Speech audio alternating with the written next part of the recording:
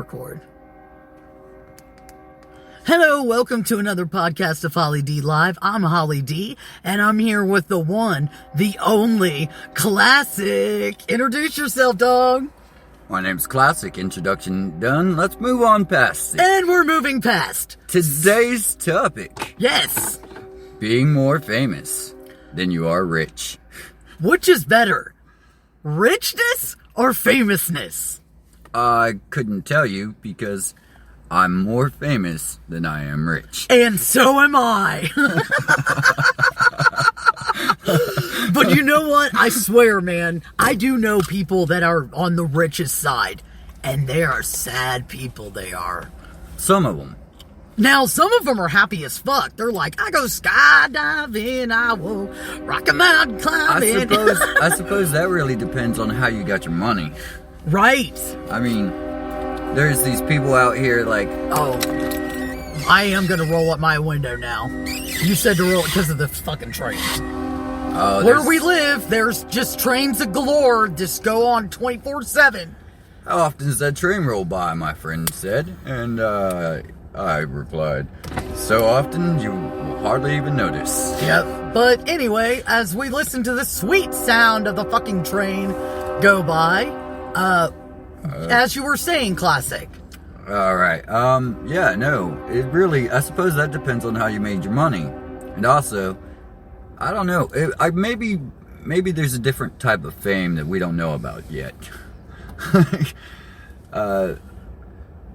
Because I'm a musician, True. You're a musician. Right, we're both musicians. I'm also an artist, kind of known for my work. And I also live in a spot downtown where I'm pretty easy to recognize if you see me every day. Yeah. Like in the same spot, same times, you know, because we all take breaks and we all go out to smoke. Right. I suppose being rich enough to where it didn't matter if you smoked inside would be nice. You know what I think it revolves around? It just popped into my head. What? Time. Time to do the things that you love to do. Because if you're fucking rich and you don't have time to be with the people you love, that fucking sucks. Right. If you are constantly you're so rich that you can't spend your money. True. What's the point of being rich? And that's why, guys, this is where it's at. And heed these words. Be fucking famous and fucking poor. Because it fucking beats rich and unhappiness any fucking day. I don't know about that. That sounds a little extreme. Okay, Classic, you want to take this to the Tilly? We can take it. Hold on. We can take it. Let's take it. I love debates, dude. Having your own pool, your own little jet ski, having a car and not having to worry about if it breaks down on the side of the road or gas money. These are genuine worries. Like, if I miss a gig, I lose money. True. And sometimes, you know, gotta drive like 50 miles, 60. You could be driving hours on end just because you got gigs in 2 different cities the next day. That's true. That's true. It takes hard work, man, to earn money, even if you're rich. Or if you're poor or whatever. Well, and, you know, people see you out and about, because fame, Well, hey, it's that guitar player guy. Hey, it's that gal that plays the guitar. Hey, it's that dude who sang that song at that place I was 2 weeks ago that you've clearly forgotten, but they seem to remember. Right. That's usually how it goes. I mean, having a day job, you know, pays the bills, keeps you fed. Not necessarily the greatest of things for your sanity, but... Right, and you know, I think there's a lot of factors, too, that go into it, like, you know, do you have children? Ooh. Do you not have children? just that distinct difference between having children and not, that is I think that's huge difference, because that is the ultimate responsibility. Oh no, being famous and being a parent are that's tough. Like, Classic here can tell you all about being famously famous. Oh, extraordinary. With the child. Ordinarily famous. And I can tell you about the other, being without a child, because I don't have any children. Well, I caught myself the other day in a venue, and I'm not even working. I'm just hanging out with friends, singing some karaoke tunes. So right. I'm not even giving it half-ass. I'm just sitting here having fun. But I caught myself self-censoring. Literally not saying the cuss words that are part of the song. But I can fudge around it and just drop. Not say the word and wait for the next beat. There you go, pick it right back up where you left off. Damn. And it's something I never thought about before I had kids. That's for damn sure.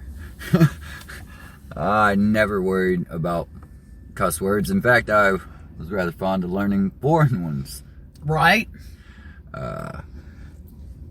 Anytime I went into a bar and I met someone that was foreign, I said, "How do you say fuck you in your language?" Ooh, is that okay in the podcast? Have you heard my fucking podcast, dude? I'm gonna be honest, I have not. Oh my fuck! Yeah, it's okay to say everything, dude. That's why I use code words for my friends. That's the problem too, because as you've got a mediocrity of fame of any sort, you gotta watch what you say. I don't. Oh, I do. I also have to deal with other egos and personalities. Like, I see these people all the time. I don't necessarily have to like them. But you have to work with them. I don't even have to say I like them to their face, but I at least have to maintain a, "No, I didn't say that about you" behind your back in public. In private, maybe I could get away with it, but I can't talk about, like, the other artist at the bar or the venue we're working at, and I definitely can't talk about it when we go to the Waffle House afterwards or wherever we wind up. Right. Like, hold on, before this takes a gratuitous turn, I gotta check something. I'm gonna pause this. We'll be right back. After these sponsored messages. Yes. Start a new one. You want to start a new one? Oh, well, hello? we could. Hello? Welcome back. Welcome back. I'm here with Classic, and we are talking. This conversation was about to take a gratuitous turn to, or we could start another one. It doesn't matter. I mean, we got 36 minutes. I jump all over the fucking place.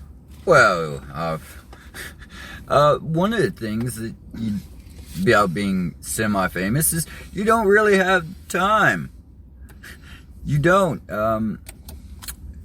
If you're home for the day, I don't want to sit and listen to a whole bunch of podcasts. At best, I need to be working on another song or whatever painting or project I'm working on. Well, you're working on your craft. Oh, of course. That's the problem with that is, in order to be relatively good and well known, you've always got to be working. Whereas once you hit a certain level of rich, scratch off Powerball ticket level, all you gotta do is spend the money. True. Like, yeah, I hear you. I mean, but podcasts are my art. Some of my art. So I have to spend time on podcasts because that's part of my quote-unquote job. Right. So Just like you spend time on art, I spend time on podcasts because I love them. And I have guest speakers, and it's fucking awesome, man. But yeah. You just talked about something before we paused. Oh, before the break, it was point on it, dude, because that was really good. It was basically you're not allowed to have a free opinion. Like, you know what? I'll tell you what, guys. I'm gonna do 30 days of unleashed, like I usually do. But since Classic here isn't turned on to the podcasts that we do, I'm going to see if any podcasts on any of the stations that I publish them on, which is about 12 now, have been deleted. Ooh. Challenge. And I've only had one that's been deleted, and it was about the fucking Corona debate. Everything else has not been deleted. Oh, did you see the... And I did it by myself, dude. And it was not my best podcast. I was just starting out then. Did you see the last debate between Biden and Mr. Trump? Oh, are we talking politics? Oh, if we we're gotta going be sitting there. out. Oh, if we're going to If politics, we're going there, okay, let's all be right. careful. Red flash, red flash, red flash. We're going into politics. That's something I usually don't do. I don't do politics and I don't do religion. Okay, but because I got Classic here with me, we're gonna go there. And keep in mind, it's just his opinion. It's not fact. And here come the comments. I can envision them. But anyway, let's do it, dude, because everybody's entitled to their own opinion. I'm going to tell you right now, the debate was on in a bar. Okay. And I literally covered my friend's eyes and said, don't look at that shit. Right? Don't do it. You're just making yourself unhappy. Vote for red tie, vote for blue tie. I don't care who you vote for. Personally, I think Mr. Blue Tie is a pedo. And I think Mr. Red Tie is a misogynist. It's really the lesser of two evils. I'm gonna have some hard time with the decision in the voting booth, but I'm gonna do it. And you should too. You should vote for whoever you feel works for you. Right.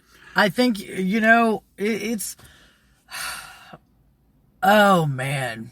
I grew up on politics. Oh, I know you did. My mother was she was in it. She was an executive secretary for one of the parties in my county.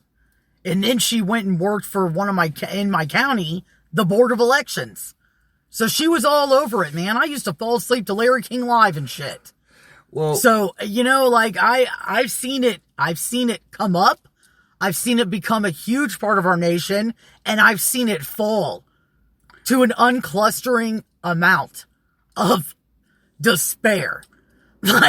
That's just my opinion. I'm going to vote. I'm going to go in there and I'm going to do what I always do. I'm going to multiple choice it like I did a Scantron when I was in fucking high school. So that's what I'm going to do. I'm going to pick one and I'm going to pray for the best. Which is really all you can do. Yeah. But I'm just going to close my eyes and put a circle down and fucking leave, dude.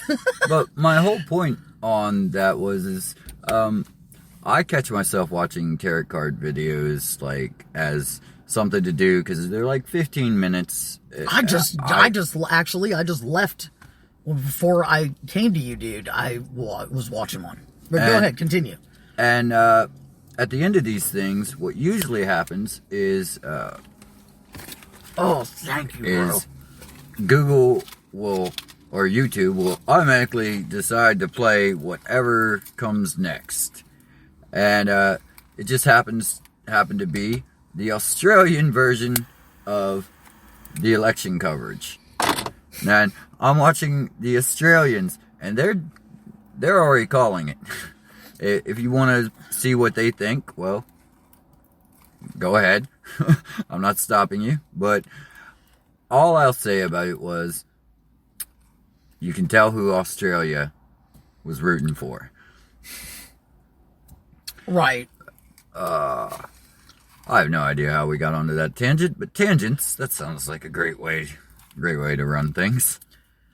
I counted a subject, like how many subjects we went through in one single podcast, and this was back a couple of months ago when I was only doing 15-minute segments.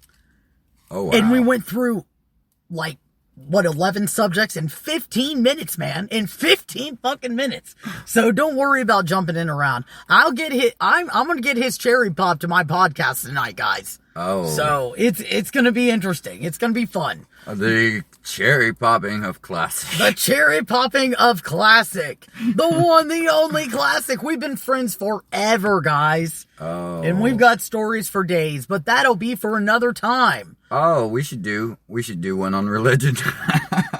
Oh my God. Yeah, we already covered politics. We might as well cover the other argumentative subject, religion. Oh, I actually got into an argument about religion earlier today, and I didn't disagree with the fella at all. I just said I had posted a meme on Facebook, and it's got a Buddhist statue, and it says, love yourself. Right. Because you're going to be with you your whole entire life.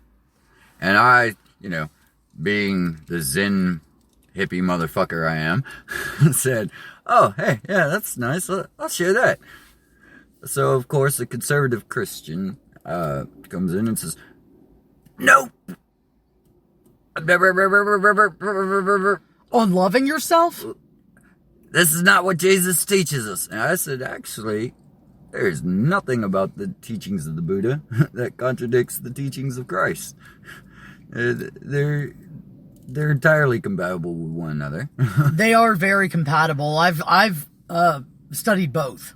I've studied both, and I grew up on one, and I've studied recently in the past year the other. So, you're right. I've been a big Buddhist follower ever since Kung Fu when I was a kid. For years, man. Yeah. I learned how to do all kinds of little Buddhist mind tricks, like, oh, it's not cold. I'm fine. Think warm thoughts. Talking yourself out of fucking THO? Fuck yeah. Oh. I don't think I've tried that one before, but it's never too late for Caltrate. It's never too late. But I hate that it devolved into that. I'm like, oh, why do I have to teach you that this is not a bad message? The whole reason for the argument and debate was the fact that there was a Buddhist statue involved in the picture. That's it. And to which I'm like, oh, it's people like you that are driving people away from Christianity. Very true, dude. I have seen some Jesus lovers and I've seen some Jesus haters. I grew up Pentecostal. As far as Christianity goes, there's lots of rage, lots of hate, and lots of hypocrisy that comes with that religion. And there's lots of love that comes with it too. For people that embrace it, I think the way that it should be embraced, which should be about love. Because if God is love, God is not hypocrisy. I'm just throwing that out there, guys. If God is love, you know what? I'm pretty sure God's got a good sense of humor. Otherwise, he would have struck me down many times dude. by now. Oh, you were there for at least one of them. Your mom even talked to you. Dude, my mom would strike me down with her fucking eyes. She would eat my soul with her motherfucking eyes, dude. My mom had a gift. We've got to tell them the communion story. What communion story? Oh, the one time I went to church with you. Oh my God. All right, comic relief time. Comic relief time, only with classic. Most of the time, it is comic relief. But yeah, this is good. We're getting into some good combos. So I take classic with me. Here, my brother that I've known for almost 20 years to church. Oh, mind you. And during communion, we didn't have any money, So what does he put in the communion basket? Here you go, Classic. Why don't you tell him? Hold on. Let's preface this first. I grew up with parents who basically said, religion, that's your own, that's what on you, kid. Whatever you want to do, all you. Right. Background is good. So, I went to Sunday school just about every week. And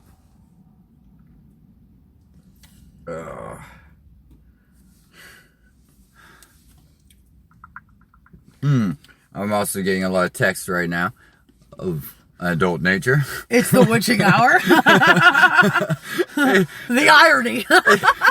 It's about 4 in the morning, and of course that would be when, as soon as I start to tell a story about religion, that's when I would start getting texts that are kind of getting a little more adult risky. But anyway, so we'll finish the story and wrap it up. So let's finish this story and call it a night.